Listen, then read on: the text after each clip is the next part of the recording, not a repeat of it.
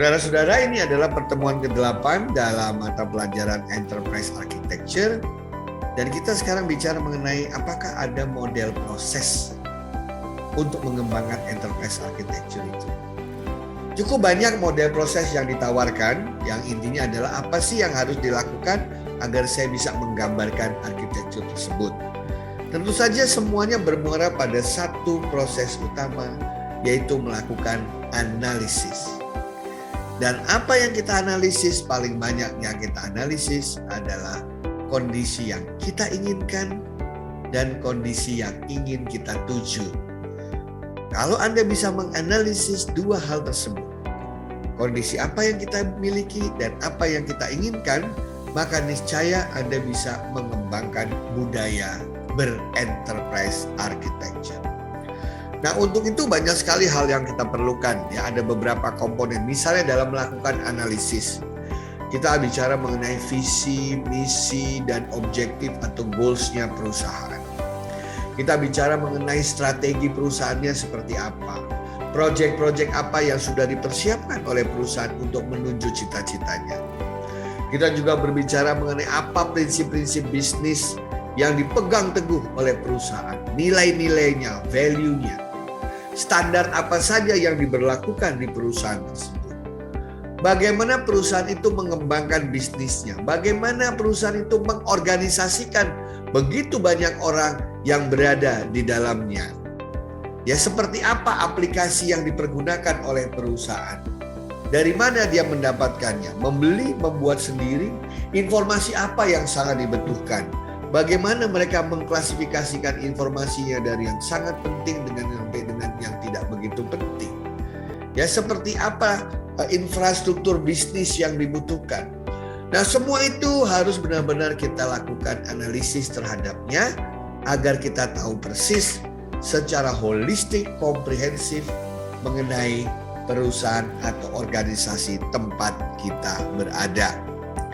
Nah, dalam konteks ini memang semuanya harus kita lihat secara utuh, secara komprehensif. Nah, kalau sudah berhasil kita analisis, berhasil kita evaluasi, baru kita bisa berusaha untuk mendevelop, mengembangkan, menggambarkan apa yang kita inginkan. Kalau kondisinya begini, sekarang nanti begitu saya harus melakukan ini semua. Nah, setelah saya menggambarkan ini semua, emang semua bisa berjalan dengan baik? Belum tentu. Yang bisa mewujudkan apa yang kita inginkan tentu saja manusia yang berada di organisasi tersebut.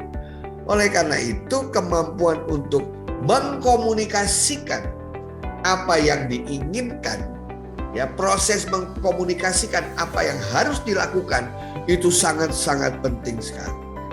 Dan mengkomunikasikan kepada orang-orang di seluruh organisasi itu tujuannya bukan sekedar mereka tahu, tapi mereka harus mendukung, mereka termotivasi karena mereka pada dasarnya merupakan bagian dari proses enterprise architecture itu sendiri.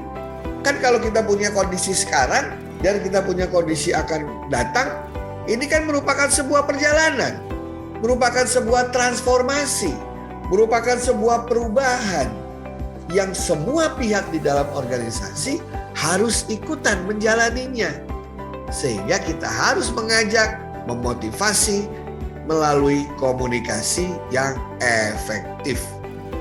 Nah, seperti halnya rumah yang kita kembangkan, itu arsitektur yang kita buat harus handal, harus robust, harus terintegrasi dengan baik.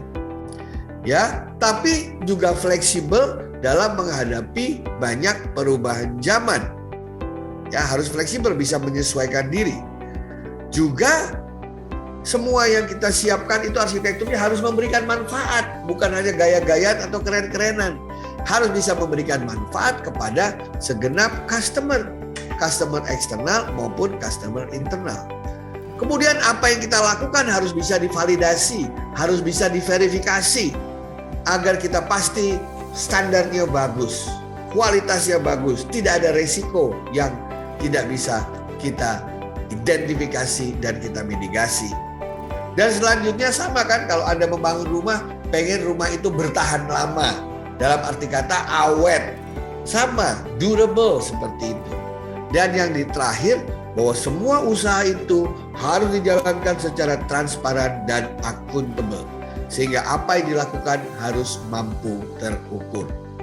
Dan proses terakhir adalah if you cannot measure it, you cannot control it. Kalau kita tidak bisa mengukur, maka tahu dari mana kita berhasil atau tidak. Kalau kita tidak pernah tanya kepada yang punya rumah, Anda merasa nyaman apa tidak di sini, tahu dari mana rumah yang kita bangun berhasil. Kalau kita lihat orang yang di rumah isinya sakit-sakitan terus, jangan-jangan arsitektur rumah kita yang tidak baik. Nah, disinilah kita membutuhkan banyak cara-cara untuk mengukur. Misalnya dengan menggunakan balance scorecard, diukur financialnya dari segi perspektif keuangan, perspektif bisnis proses, perspektif customer, dan perspektif perkembangan atau growth dari organisasi tersebut. Sekian dan terima kasih.